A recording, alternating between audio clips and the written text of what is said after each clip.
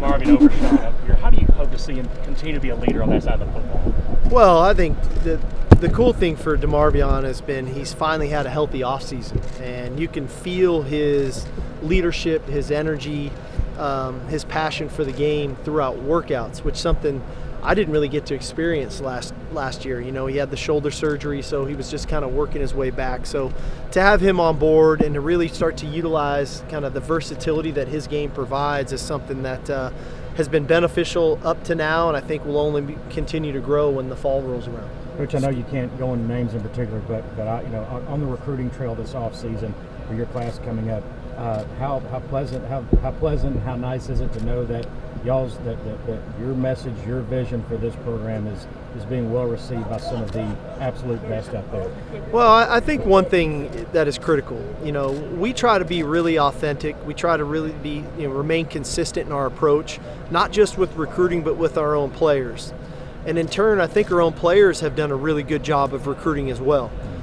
Because ultimately they're the ones that get asked the real questions, right, from the recruits and their families. And when you're authentic, when you're true to yourself, and when you remain consistent and you develop quality relationships, then you start to recruit quality individuals, not just football players, but people and kind of with solid foundations from their home. And so we're excited about the momentum. It's a different age of recruiting right now. It's definitely sped up.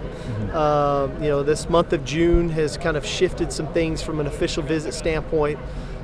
Players signing now in December as opposed to waiting till February has shifted some. Kids are making decisions earlier, so our process has shifted a little bit. But in the end, I'm going to give a lot of credit to our staff, our players, for the work that they've done from a recruiting standpoint and looking at the future of our program and not getting stuck in what's about me and right now, but what's the future of our program and the University of Texas and the legacy that they want to leave here.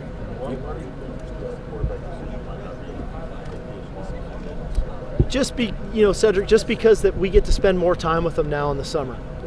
A year ago, when spring ball ended, I got to have some quarterback meetings, but I never got to go on the field again with those guys until August. So I didn't know those are just the rules, the NCAA rules. And so now, I get to be on the field with these guys a couple times a week, watching them throw, working on specific things, and so I can see kind of the development of both. I still definitely owe them both the time to watch them put the pads on and do it, but I just don't think it's going to take quite as long. We'll see, though. You never know. Has Bijan given you a ride in the Lamborghini yet? I have not.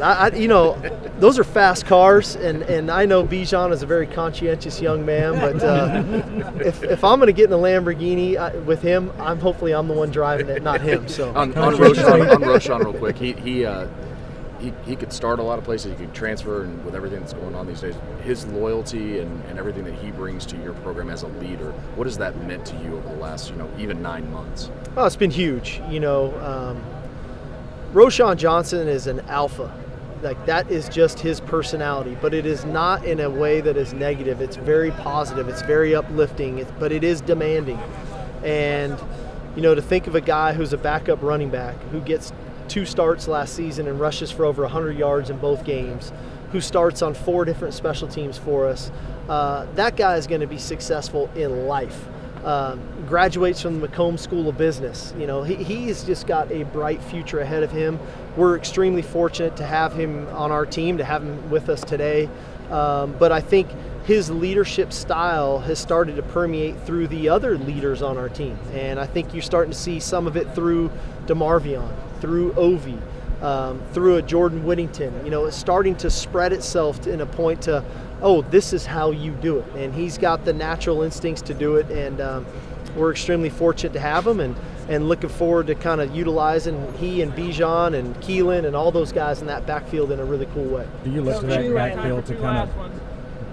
backfield to kind of take the lead early while the quarterbacks kind of get their feet wet? I've never been one to kind of tap the brakes. So whatever we put on the field is going to be one that we think gives us the best chance to be successful. And if it means we got to run it, we'll run it. If we got to throw it, we'll throw it. Whatever that game is telling us is needed to win, that's what we try to do. Coach, you and Nick Saban get together on at DKR, the 50-yard line. What's that going to be like? What are y'all going to talk about?